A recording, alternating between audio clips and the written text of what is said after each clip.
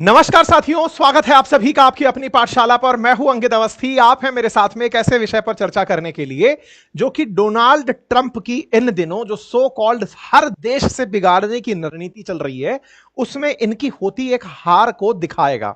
आज का सेशन बेहद खास है। अब आप में से कुछ लोग ये कह सकते हैं कि सर, भारत के साथ इन्होंने टैरिफ का गेम किया है, इसलिए आप दिखाना ही चाहते हो कि ये हार गए। नहीं साहब, मैं कतई नहीं दिखाना चाहता। मैं तो केवल आपको ये बताना चाहता हूं कि ये जो व्यक्ति अपने आप को पीस मतलब शांति का दूत बनाने के बारे में विचार रखता है, दुनिया भर में युद्ध रुकवाने का प्रचार करता है, टैरिफ के दम पर दुनिया को अपनी बातें मनवाने के लिए मानने मजबूर करता है, इस व्यक्ति को इसके अपने ही अकेला छोड़कर जा रहे हैं। आप में से कुछ लोग पूछ सकते हैं, इसके अपने से क्या मतलब पीएम मोदी से है क्या, जो इनके मित्र हुआ करते थे और अकेला छोड़ दिए? देखिए, चलिए अब तो इनके बात की जाए कि साहब इन्होंने हमारे साथ जो किया वो देखने योग्य है। प्रधानमंत्री तो खुद कभी बयान में बताएंगे कि दोस्त तुमने अच्छा नहीं किया।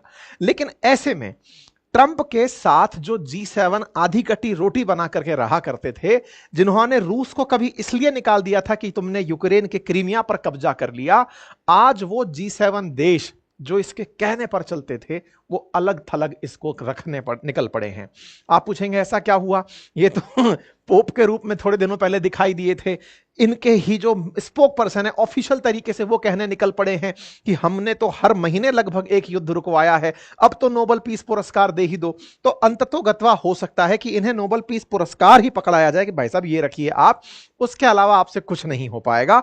भारत ने तो अपनी तरफ से स्टैंड क्लियर कर दिया है कि हम आपके द्वारा नहीं माने थे, आपसे नहीं माने थे। लेकिन भारत के बाद में अब ये जितने भी देश आपको दिख रहे हैं जिन्हें G7 कंट्रीज के नाम से रिकॉग्नाइज किया जाता है, उनमें एक अलग लेवल की बगावत उठी। आपको याद होगा, थोड़े दिन पहले मैंने फ्रांस के बारे में एक सेशन किया था जिसमें मैंने बताया था कि इमानुएल मैक्रोन ने इनका साथ छोड़ दिया है और ये इजराइल को मान्यता देने के लिए आगे निकल पड़े थे। इन्होंने बहुत भला बुरा भी कहा था और इतना हद हुआ था कि उस समय पर मतलब एक तरह से समझिए कि ये और इनके साथ में जो सो कॉल्ड इनकी टीम के जो लोग हैं, वो पूरी तरह इस पर हमलावर हो गए थे कि तुम्हारी इतनी हिम्मत, G7 से अलग तुम विचार ले आओगे, तुम फिलिस्तीन को मान्यता दे दोगे। थोड़े दिन पहले मैंने सेशन किया था इस बात के ऊपर। अब भाई साहब, इसके जस्ट बगल में खड़ा हुआ ये जो व्यक्ति आपको दिखाई दे रहा है, इसका नाम है मार्क कार्नी। ये है कनाडा के पीएम। इन्होंने भी अनाउंस कर दिया है कि मैं भी फिलिस्तीन को देश के रूप में मान्यता दूंगा। अब आप पूछेंगे कि ये चल क्या रहा है? 193 यूनाइटेड नेशंस के अंदर देश हैं, लगभग 140 देश फिलिस्तीन को राष्ट्र के रूप में मान्यता देते हैं। ऐसे में इन लोगों का मान्यता देना कैसे अलग है? बस यही तो मुद्दा है। ये सारे के सारे वो लोग थे जो कि मान्यता नहीं देते थे, फिलिस्तीन को देश मानते ही नहीं थे। ये कहते थे कि तुम्हारे साथ इजराइल का जब तक माहौल सही नहीं हो जाएगा, हम तुम्हें राष्ट्र के रूप में रिकॉग्नाइज नहीं करेंगे। पहले इजराइल के साथ मान्यता प्राप्त कर लो, मित्रता सेटल कर लो, तभी जाकर के तुम्हें आगे बढ़ाएंगे। अब रिवर्स हो गया है। अब क्या हो गया है कि इन भाई साहब ने जो कहा वो दिखाई दे दिया। इनके साथ साथ मार्क कार्नी निकल पड़े, जो हेडलाइन बन गया। कनाडा ने कहा है कि यह पैलेस्टीनियन स्टेट को मान्यता देगा यूनाइटेड नेशन जनरल असेंबली में। अब तीसरा इंपॉर्टेंट प्राणी जो अब आपको दिखाई देना चाहिए वो है कीर स्टारमर। ये निकलकर आते हैं यूके से। तो भाई साहब, यूके, कनाडा और फ्रांस, ये तो तीनों पब्लिकली अनाउंस कर चुके हैं कि सितंबर आने दीजिए, सितंबर में यूनाइटेड नेशन जनरल असेंबली की बैठक होने दीजिए, हम तो सीधा वहां पर आते ही कह देंगे कि हम मान्यता देते हैं। किसे मान्यता देते हैं? तो बोले साहब हम फिलिस्तीन को मान्यता देते हैं। अब आप पूछेंगे इटली वालों का क्या होगा, जापान वालों का क्या होगा? लाइन से खड़े भाई ये सब, ये कह रहे हैं कि सर सितंबर आने दीजिए, हम भी कुछ प्लानिंग में तो हैं। इसका मतलब इस समय ट्रंप अलग थलग पड़े रिखे दिखाई दे रहे हैं, क्योंकि ये ही केवल इजराइल के साथ खड़े हैं फिलिस्तीन को मान्यता देने के चक्कर में, कि ये फिलिस्तीन को मान्यता नहीं देना चाहते। इनके साथ वाले सब लोग निकल लिए। अब आपके दिमाग में प्रश्न आने लगेगा, ऐसा क्या हुआ? कनाडा क्यों निकल लिया? कनाडा के साथ साथ यूके क्यों निकल लिया? न्यूज बन रही है Canada joins France and UK. ये क्या कहानी हो रही है? और क्या नेतन्याहू अकेले पड़ गए हैं क्या? इंटरेस्टिंग बात समझिए, नेतन्याहू अकेले और दुकेले कभी थे ही नहीं। क्यों पूछिए?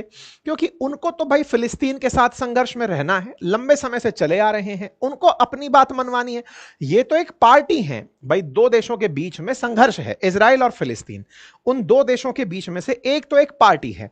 अब दूसरी पार्टी फिलिस्तीन है। हो क्या रहा था कि इनके साथ में जितने लोग खड़े थे अब तक कमर कस के कि बेटा हम फिलिस्तीन को मान्यता इसलिए नहीं देंगे क्योंकि वो तुमसे गलत तरीके से बर्ताव करता है, हम इसलिए मान्यता नहीं देंगे, तुम कह दोगे तो मान्यता दे देंगे। तो टेक्निकली ये तो सिंगल पार्टी है, मैच के अंदर अब ये पार्टी हार रही है या जीत रही है ये तो साथ वालों से पता चल रहा है। तो ऐसे में फिलिस्तीन के साथ में लोग उस तरफ से निकलकर आ जा रहे हैं कि सर हम आपको देश के रूप में मान्यता देने को तैयार हैं। तो क्या कहा जाए, तो कहने के लिए तो सर फिलिस्तीन के नाम पर इजराइल की भी कूटनीतिक हार है। क्यों? क्योंकि ये केवल ट्रंप को ही अपने समर्थन में रख पाए। इजराइल अगर इस बात को ट्रंप के साथ साथ इन देशों को भी मना ले जाता कि सर फिलिस्तीन के साथ मामला हमारा स्कोर सेटल करा दीजिए, हम उसे मान्यता देश के रूप में दे देंगे। तो साहब इनकी कहानी को भी अब थोड़ा और डिटेल से समझेंगे। इनसे ज्यादा लेकिन उन सारे देशों में से अमेरिका की हार इसलिए क्योंकि उन्हीं के कहने पर यह पार्टी स्टैंड लेकर खड़ी है। तो अब आइए अमेरिका के ही रेफरेंस में इस बात को हम करेंगे, लेकिन आज के सेशन में कनाडा, फ्रांस, ब्रिटेन इन सबको समझने का भी प्रयास करेंगे।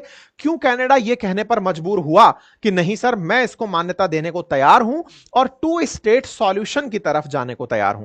हालांकि मैंने पिछले सत्र में भी आपको यह बताया था जब फ्रांस का मसला हुआ था कि किसी को देश के रूप में मान्यता देने का मतलब क्या होता है, फिलिस्तीन को राष्ट्र के रूप में मान्यता देंगे तो इसके मायने क्या होंगे, ये मैंने पिछली बार भी बताया था, फिर भी लेकिन इस बार भी बताएंगे और ये बताएंगे कि ये देश अगर मान्यता दे देते हैं तो इनका क्या परिवर्तन हो जाएगा। और किसी भी देश को राष्ट्र के रूप में मान्यता प्राप्त करने के लिए या कोई भी जगह अगर राष्ट्र के रूप में मान्यता प्राप्त करनी चाहती है तो उसे कौन सी कंडीशंस फुलफिल करनी होती हैं, उसका भी आज के सेशन में हम लोग जिक्र करेंगे। ठीक है साहब, तो साहब चलिए, मार्क कार्नी का स्टेटमेंट आपके सामने है। कल इन्होंने स्टेटमेंट देते हुए कहा कि हम टू स्टेट सॉल्यूशन चाहते हैं, कनाडा चाहता है कि स्टेट ऑफ फिलिस्तीन एग्जिस्ट करे। मार्क कार्नी ने अपने बयान में 3 शर्तें और ऐड कर दी और उन्होंने कहा कि देखो साहब कंडीशन नंबर 1 यह है कि 2026 में इलेक्शन हो जाने चाहिए फिलिस्तीन में, क्योंकि 2006 से यहां पर चुनाव नहीं हुए हैं। दूसरा, हमास उसमें पार्टिसिपेट नहीं करेगा, हमास को आतंकी संगठन माना जाता है इसलिए वो पार्टिसिपेट नहीं करेगा। फिलिस्तीनी राज्य का डीमिलिटराइजेशन होगा, यानी कि वो अपने साथ हथियार और लड़ाकू क्षमताओं से मुक्त होकर रहेंगे, तब जाकर के हम उसको सशर्त मान्यता देने को तैयार हैं। देखिए इनकी लगातार फिलिस्तीन के राष्ट्रपति महमूद अब्बास से बात चल रही थी। मैंने आपको पहले भी बताया था फिलिस्तीन 2 जगह बटा हुआ है, गाजा पट्टी में और वेस्ट बैंक में, थोड़ा आगे भी बताएंगे। गाजा पट्टी में हमास लीड करता है और वेस्ट बैंक के अंदर फतह नाम का जो ग्रुप है वो करता है। फतह से लीडर निकलकर महमूद अब्बास आते हैं। आप ऐसे समझिए कि 2 अलग अलग पार्टियां हो गई। फिलिस्तीन में वेस्ट बैंक और गाजा पट्टी को शामिल किया जाता है, लेकिन होता क्या है ये दोनों भी आपस में एक दूसरे के साथ सेम मत नहीं रखते, इसलिए फिलिस्तीन एक हो ही नहीं पा रहा होता है लंबे समय से। अब इनसे कहा गया है कि अगर फिलिस्तीन होना चाहते हो तो गाजा और वेस्ट बैंक को मान लेंगे हम एक ही, लेकिन कंडीशन क्या है, हमास चुनाव में नहीं उतरेगी, वो पार्टिसिपेट नहीं करेगी, ना शासन में पार्टिसिपेट करेगी और वेपन हटाने पड़ेंगे, तब जाकर हम मान्यता दे देंगे। अब अचानक आपके दिमाग में सवाल आने लगेगा कि भाई ऐसा हो क्या रहा है, क्यों ये स्थितियां बन रही हैं। साथियों इसके कारण डिटेल में बताएंगे कि इतना ज्यादा हृदय परिवर्तन कनाडा का कैसे हो गया, कनाडा ने यह फैसला क्यों ले लिया, क्यों ये भर भर के ट्रक यहां पर मदद की सामग्री भेजने को तैयार हुए। फ्रांस ने जब रिकॉग्नाइज किया तो उसके बाद में अब कनाडा का तैयार होना तो एक सुर्खी बनता ही है, क्योंकि मैंने इस पर सेशन किया था आप लोगों के सामने कि ट्रंप को मैक्रोन ने कैसे चुनौती दी थी। लेकिन इसके तुरंत बाद ही ये अपन ने सेशन किया था 26 जुलाई को, 26 जुलाई के बाद 29 जुलाई तक पहुंचते पहुंचते ब्रिटेन भी साथ साथ आ गया और ब्रिटेन ने कहा हम भी फ्रांस के साथ साथ हैं, हम भी इसे मान्यता देंगे। किसको मान्यता देंगे? इजराइल को देश के रूप में मान्यता, फिलिस्तीन को मान्यता देंगे। तो भाई ऐसे में कनाडा ने अब जो फैसला लिया है, इससे पहले यूके ये फैसला ले चुका है। फ्रांस ने शुरू किया, उसके बाद में यूके, उसके बाद कनाडा। भाई साहब ये तो अखंड बेइज्जती हो गई। बाकायदा कनाडा के पीएम ने आकर के कहा कि मैंने तो उससे ट्रंप से बात भी कर ली है और बातचीत में उनको बता दिया कि सर हम तो मान्यता देने जा रहे हैं क्योंकि हमारे यहां पर स्थितियां विकट हो रही हैं। अब ये क्या है कहानी, क्यों अचानक फिलिस्तीन के समर्थन में, जबकि फिलिस्तीन ने कुछ किया ही नहीं, किसी तरह से आपको किसी मंच पर दिखा ही नहीं या कहते हुए भी नहीं सुनाई गया कि हमें राष्ट्र के रूप में मान्यता दो, हमें पहचान दो। अचानक स्टेट ऑफ पैलेस्टाइन इतना सुर्खियों में क्यों आ गया? इसे ट्रंप का प्रभाव माना जाए कि ये सब लोग फ्रांस, ब्रिटेन, कनाडा चिढ़ चुके हैं ट्रंप से, इसलिए कह रहे हैं कि भाई अब तेरी पॉलिसी पर हम नहीं चलेंगे, अलग चलेंगे। और तुम्हारा जो है इजराइल के साथ में ईगो रहता है, तो ऐसे में बेटा इजराइल के साथ अगर रहो तो ठीक है, मतलब हम इजराइल को साथ रखते चलेंगे लेकिन फिलिस्तीन को मान्यता देंगे। ये सारी चीजें हैं। तो आइए ट्रंप की पूरी कहानी को समझने का प्रयास करते हैं कि आफ्टर ऑल ऐसा हो क्यों रहा है। हृदय परिवर्तन का कोई तो कारण रहा होगा ना, क्यों ये लोग अब हथियार डालने की तरफ बढ़ रहे हैं, ये लोग जिनकी समर्थन से ये सब चल रहा था। तो पहला कारण क्या है? पहला कारण खुद इमानुएल मैक्रोन है, क्योंकि उन्होंने जैसे जैसे अभी ट्रंप को झटका दिया तो उससे क्या है, इनका साहस बढ़ा, क्योंकि किसी एक को निकलकर आना था। देखो मैं आपको थोड़ा सा विश्व इतिहास के बारे में जानकारी दे दूं। सेकेंड वर्ल्ड वॉर तक भी अमेरिका कोई सुपर पावर नहीं था। फर्स्ट वर्ल्ड वॉर में तो कुछ नहीं था। फर्स्ट वर्ल्ड वॉर से सेकेंड वर्ल्ड वॉर के बीच में जब दुनिया में हथियारों की होड़ मच रही थी, फर्स्ट वर्ल्ड वॉर के अंदर जो असल मायने में विजेता थे वो ब्रिटेन और फ्रांस ही थे। ब्रिटेन और फ्रांस सेकेंड वर्ल्ड वॉर में झोंक दिए गए हिटलर की जिद के चलते जर्मनी से। ऐसे में ब्रिटेन और फ्रांस जीते हुए तो थे, लेकिन सेकेंड वर्ल्ड वॉर में युद्ध जीतने के बावजूद हार गए। कैसे? क्योंकि उन्हें युद्ध लड़ने के लिए अमेरिका पर आश्रित रहना पड़ा था, क्योंकि फर्स्ट वर्ल्ड वॉर में अमेरिका का कोई कंस्ट्रक्टिव कंट्रीब्यूशन नहीं था। ये एक सेफ बचा रहा था, सेफ हार्बर बन करके बैठा था। सेकेंड वर्ल्ड वॉर ने इसमें पैसे दे दे करके इनको युद्ध लड़ाया, बेचारों को इनको कर्जदार बनाकर युद्ध जिता दिया। युद्ध जीतने के बावजूद भी ये हारे समान कहलाए थे, क्योंकि अमेरिका इन पर तब भारी पड़ गया था सेकेंड वर्ल्ड वॉर के बाद। लेकिन दुनिया पर कईयों सालों तक, 200 सालों तक राज जो किया है वो ब्रिटेन और फ्रांस ने किया है। लेकिन ये जो नए नए निकल कर आए हैं अमेरिका वाले, जिनका ये जो 100 साल से लंबा इतिहास इनका चला आ रहा है, ये असल में इन लोगों को कहीं ना कहीं ईगो के रूप में तो हर्ट करता ही है। क्या लीडर हम हुआ करते थे, लेकिन वही वाली बात है, दो बिल्लियां झगड़ ली और बंदर रोटी लेके भाग गया, वो वाली हाल हो गया। तो ऐसे में खिलाफत तो इनके मन में पैदाइशी है। मतलब ये कहिए कि फ्रांसीसियों में अमेरिका के खिलाफ हमेशा ये भाव रहता है कि तुम लीड काहे ले रहे हो भाई, हम थे असली। तो अब ऐसे में फ्रांस ने ये करके भी दिखा दिया। जैसे ही ये करके दिखाया, गल्फ देशों में जो कि फिलिस्तीन के समर्थक हैं, खाड़ी देश सऊदी है, यूएई, कतर, ये सब लोग ये अचानक फ्रांस के समर्थन में आ गए। अब इसका मतलब क्या है? देखो थोड़े दिन पहले जब अपने ऑपरेशन सिंदूर चल रहा था, तब ट्रंप जो थे वो गल्फ कंट्रीज में आए थे, बढ़िया सारा पैसा उठाकर ले गए यहां से। तो ऐसे में फ्रांस को लगा कि बेटा तुम तो गल्फ कंट्रीज के चहेते हो गए, हम कैसे चहेते होंगे। तो इस दाव से अचानक भाव क्या बदला कि ये सब लोग उस दिशा में चल पड़े। किस दिशा के अंदर? गल्फ कंट्रीज भी फ्रांस को रूप में रिकॉग्नाइज करने लगे कि फ्रांस तुम बढ़िया कर रहे हो भाई। अब फ्रांस तुम बढ़िया कर रहे हो, यह बात जैसे ही निकल कर आई तो ब्रिटेन और कनाडा को लगा अरे यार हम भी तो व्यापारी हैं, कल को फ्रांस वाले राफेल यहां जाकर बेच आएंगे और अपने हथियार बेच देंगे, सबमरीन बेच देंगे, तमाम चीजें फ्रांस वालों के पास सब है।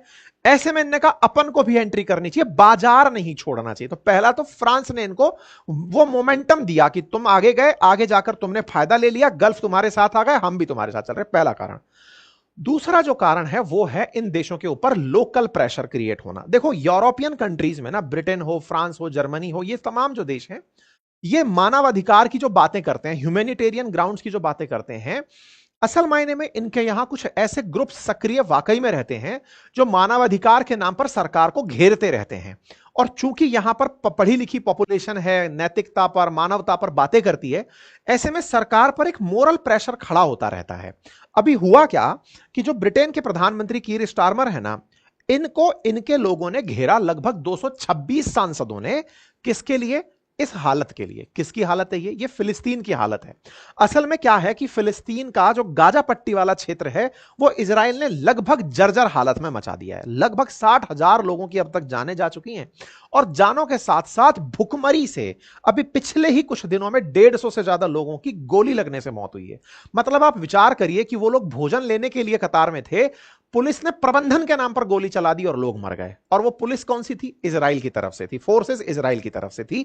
वो लोग प्रबंधन के नाम पर उनकी भीड़ को तितर बितर करने के लिए इस तरह से काम कर दिए। तो कहा गया कि इजरायली फोर्सेस ने लगभग 1000 से ज्यादा एड सीकर्स को, जो सहायता प्राप्त करने आए थे कि हां हमें कुछ दाना पानी मिलेगा, यूएन की एजेंसी हमें देने आई है, ऐसा यूएन ने कहा कि इस तरह से जब राशन की किट यहां पहुंचती हैं, लोग टूट पड़ते हैं, लगभग लूटने के से हालात मच जाते हैं कि भाई जिंदा रहने के लिए आवश्यकता है, कुछ तो दे दो।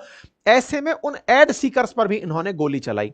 इस वजह से यूनाइटेड नेशंस की रिपोर्ट्स का यह हवाला जब आया तो भाई ब्रिटेन पर प्रेशर बनने लगा, कहा जाना लगा, मिडिल ईस्ट आई लिखता है कि starving child in Gaza was killed minutes after receiving aid, मतलब बच्चे को कुछ समय पहले सहायता मिली थी और उसको गोली मार दी गई। इस तरह की तस्वीरें, माल न्यूट्रिशन की तस्वीरें गाजा पट्टी से आना शुरू हुई। इजराइल किस बात पर अड़ा हुआ है कि मेरे तो इन्होंने लोग होस्टेज बनाए हुए हैं, मेरे लोग इन्होंने वापस नहीं किए, मेरे लोग वापस हमास से करवा दो। हमास कह रहा है कि वापस कर दी तब तो ये झाड़ा लगा देगा हमारे यहां पे। अभी जब इसने यह हालत कर रखा है, भूख से बेचैन लोगों को अगर गोलियां पड़ रही हैं, तो ये सारी चीजें क्या हुई ना कि इस वजह से एक ह्यूमैनिटेरियन ग्राउंड पर इनके ऊपर प्रेशर आने लगा। तस्वीरें ऐसी आने लगी कि in Gaza mounting evidence of famine and widespread, मतलब लोग भूख से मर रहे हैं, भुखमरी के हालात हैं, न्यूज तमाम प्रकार के हेडलाइंस बनने लगी।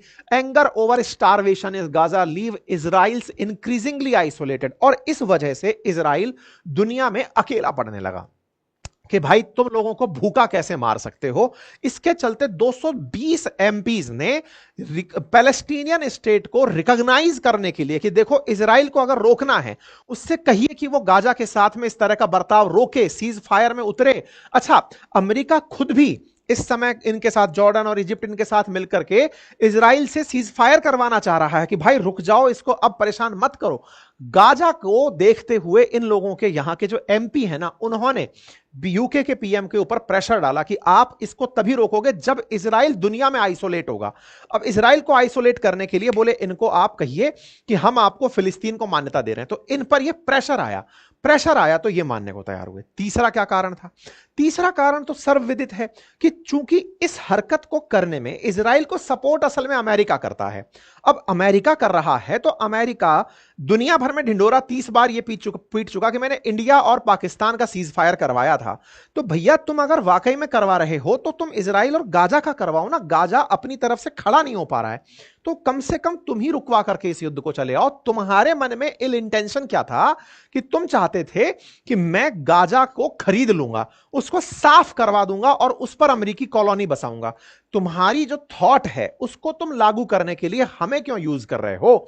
तो असल में अमेरिका का जो चरित्र उजागर हुआ, जो ये बार बार, अच्छा, और अपने साथ में G7 कंट्रीज को रखते हुए भी उनको ये टैरिफ के बोझ से मार के चल रहा था।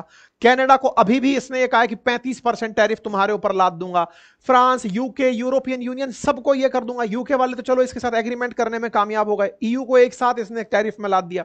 तो कुल मिलाकर बोले तुम सगे किसी के हो नहीं, तो तुम्हारे साथ हम क्यों चल करके आए? और अभी पता है कि ट्रंप ने 50% टैरिफ लगाने के लिए ईयू सामानों पर बात कर दी थी। ये सब चीजें ऐसी बनकर आई जिसने इन सबको अमेरिका का साथ छोड़ने के लिए विवश किया कि भाई कहीं ना कहीं तो अंतरराष्ट्रीय स्तर पर हम भी बताएंगे कि हम जिंदा हैं। और इसी कारण से ये तीनों हीरो अपनी राह पकड़कर आगे निकल लिए। अब सवाल यह आता है कि फिलिस्तीन को इससे फायदा क्या होगा और फिलिस्तीन का स्टेटस है क्या असल मायने में? राष्ट्र के रूप में मान्यता मिल जाएगी तो होगा क्या? देखिए, मान्यता मिलने से यही है कि अंतरराष्ट्रीय मंच पर उसको देखा जाना शुरू होगा। आप में से कुछ लोग ये जरूर कह सकते हैं, क्या हम लोग मान्यता देते हैं? जी हां, भारत उन देशों में है जो फिलिस्तीन को राष्ट्र के रूप में मान्यता देता है। इवन यूनाइटेड नेशंस के अंदर अगर 193 देश हैं तो 140 से अधिक देश यूएन के अंदर मान्यता देते हैं फिलिस्तीन को एक देश के रूप में। तो क्या फिलिस्तीन यूएन के अंदर एक देश है? आंसर है नहीं है। क्यों नहीं है? अमेरिका ने वीटो कर रखा है। ये क्या कहानी है? तो चलिए अब इसको सुनते हैं। हुआ क्या था कि फिलिस्तीन को सबसे पहले देश के रूप में मान्यता अल्जीरिया में दी गई थी। अल्जीरिया के अंदर एक बैठक हुई, फिलिस्तीन के नेता यासर अराफात वहां थे। उन्होंने कहा कि फिलिस्तीन को एक राष्ट्र के रूप में घोषणा की जाए। तो अल्जीरिया, जो कि अफ्रीका का एक देश है, उसने कहा कि हम इसको मान्यता देने के लिए तैयार हैं। इजराइल और फिलिस्तीन के रूप में उसे मान्यता के रूप में स्वीकार्यता मिली।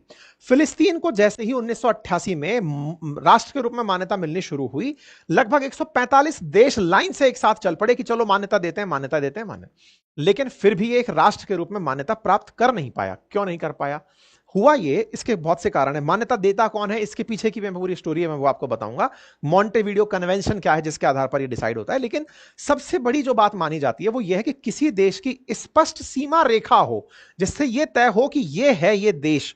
सीमा रेखा का होना जरूरी होता है। दूसरा, उसकी अपनी जब डेफिनेट सीमा, डेफिनेट पॉपुलेशन होगी, तभी तो आप कह पाओगे ना कि ये देश है। जैसे एक राज्य की अपनी आबादी, उसकी अपनी सरकार, उसकी अपनी सीमाएं और अन्य देशों के साथ उसकी संबंध स्थापित करने की क्षमता, यह आधार है मॉन्टेविडिया कन्वेंशन के अंदर कि कोई देश तभी जाकर के राष्ट्र के रूप में रिकॉग्नाइज होता है। लेकिन फिलिस्तीन के साथ दिक्कत क्या है, उसकी कोई स्पष्ट सीमा नहीं है। सीमा क्यों नहीं है? जो वेस्ट बैंक करके जगह है ना, उस वेस्ट बैंक नामक जगह पर अभी भी, जैसे ये जो मैप दिखा रहे हैं, इजराइल के साथ में जो वेस्ट बैंक जुड़ा हुआ है, जहां पर फिलिस्तीन एग्जिस्ट करता है। फिलिस्तीन दो जगह पर है, गाजा पट्टी में और वेस्ट बैंक में। वेस्ट बैंक के अंदर ही बीच बीच में लगभग 150 कॉलोनी बना रखी है इजरायलियों ने। तो क्या है ना कि वेस्ट बैंक भी अकेला संयुक्त रूप से फिलिस्तीन नहीं कहला पाता। क्यों नहीं कहला पाता? क्योंकि वो बटा हुआ है, छिद्रित हो गया है। तो सीमा रेखा ही नहीं है तो किस जगह को कह दोगे? तो इजराइल ने इस तरह से वेस्ट बैंक के अंदर भी अपने पैर पसारे हुए हैं। ऐसी गाजा पट्टी के अंदर, गाजा पट्टी के अंदर वहां जो हमास है उसको इजराइल वैसे मान्यता नहीं देता है। अच्छा, अपनी ना तो इनकी सेना है ना कुछ है, तो ऐसे में इनको मान्यता नहीं मिल पाई क्योंकि सीमा रेखा नहीं थी इनके पास। यूएन के अंदर कहानी क्या? देखो, यूएन में मान्यता प्राप्त करने के लिए सबसे पहली कंडीशन, 2/3 बहुमत से सारे की सारे महासभा के लोग माने ना माने वो तो सब अलग पार्ट है। जो वीटो रखने वाले 5 देश है ना, जिसमें ब्रिटेन है, फ्रांस है, अमेरिका है और चीन है और रूस है, इनमें से किसी को वीटो नहीं करना चाहिए किसी देश की मान्यता का। अमेरिका ने वीटो कर दिया था वर्ष 2024 में। हुआ ये कि 2024 में नेशनल जनरल असेंबली, जो जनरल असेंबली है यूएन की, वहां पर यह मुद्दा उठ करके गया था कि भाई यूएन ने फिलिस्तीन को एक नॉन मेंबर ऑब्जर्वर का तो स्टेटस दे दिया है, लेकिन इसे देश का मुद्दा भी दे दो। तो अमेरिका ने कहा नहीं, हम इसको देश का मुद्दा नहीं दे सकते। तो सवाल यह कि इसका आज स्टेटस क्या है, मतलब यूएन में इजराइल, फिलिस्तीन एग्जिस्ट करता है कि नहीं? तो आंसर है करता तो है। फिलिस्तीन करता है किस रूप में? नॉन ऑब्जर्वर स्टेटस के रूप में, कि भाई बैठा है, सदस्य नहीं है, मतलब देख सकता है, कार्रवाइयों में शामिल हो सकता है, यूएन की बैठकों में जा सकता है, लेकिन वोट नहीं दे पाएगा। क्यों नहीं दे पाएगा? अमेरिका नहीं चाहता, अमेरिका ने वीटो कर दिया। अमेरिका से पूछा क्या आप फिलिस्तीन को देश के रूप में नहीं चाहते?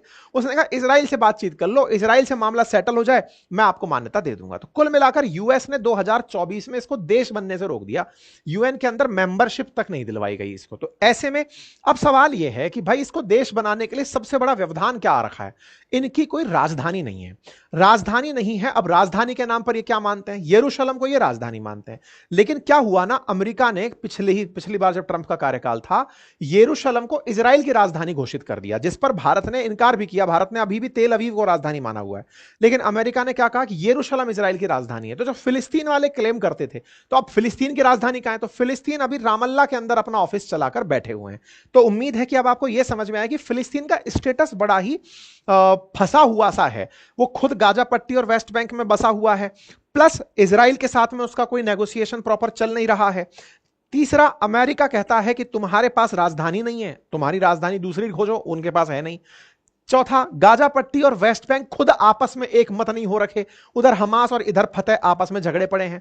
इधर अब्बास करके जो फिलिस्तीन के सो कॉल्ड राष्ट्रपति हैं, 2006 से वो चुनाव नहीं करवाए हैं।